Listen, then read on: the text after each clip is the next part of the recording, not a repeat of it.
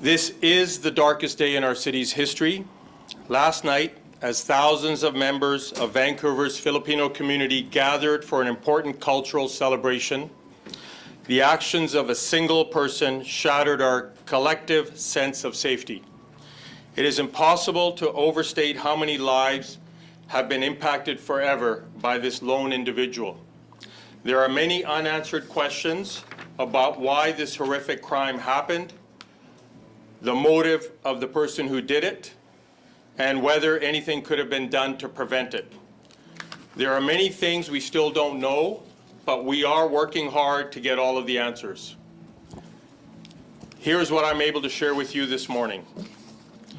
Shortly after 8 last night, Saturday, April 26th, a man driving a black Audi SUV drove into a large crowd of people at the Lapu-Lapu Street Festival in South Vancouver.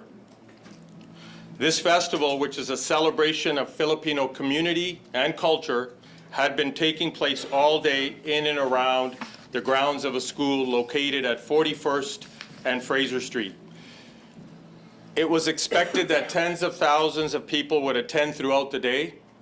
Although it was scheduled to wrap up at 8 p.m., there were still many people in the area when the incident occurred.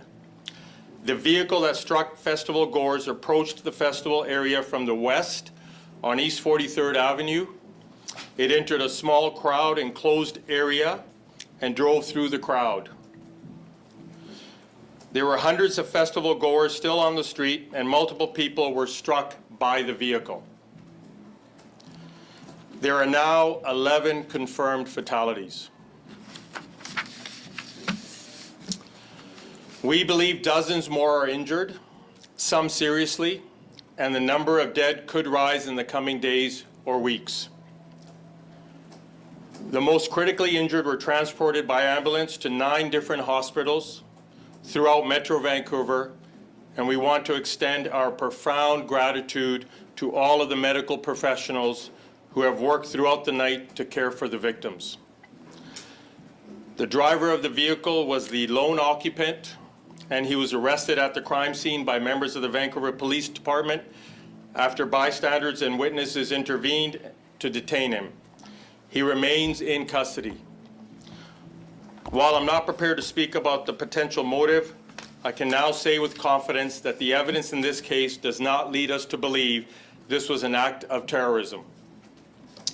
I can also tell you that the person we have in custody does have a significant history of interactions with police and healthcare professionals related to mental health. I am unable to publicly identify the person who is in custody because charges have not yet been laid. Homicide investigators are currently presenting evidence to Crown Counsel, which is the independent authority in British Columbia to lay criminal charges. We will provide additional information once the charge approval process is complete.